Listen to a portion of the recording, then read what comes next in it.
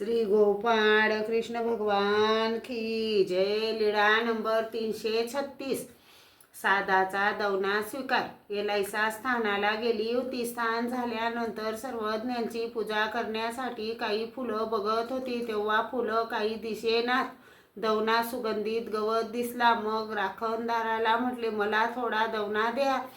त्याने सांगितले, घ्या घ्या आणि 2 रोपे घेतली। रोपे पाण्यात धुतली, माती विरघळली, गढूळ पाणी ठिपकत होते। सर्वज्ञ बैठकीवर बसलेले होते। तिने दोन्ही रोपे आडवे तिडवे करून सर्वज्ञांच्या श्रीमुकुटावर वाहिले व हात जोडून पुढे उभी राहिली आणि म्हणाली, जी संसारी जन्माचे फळ आज झाले।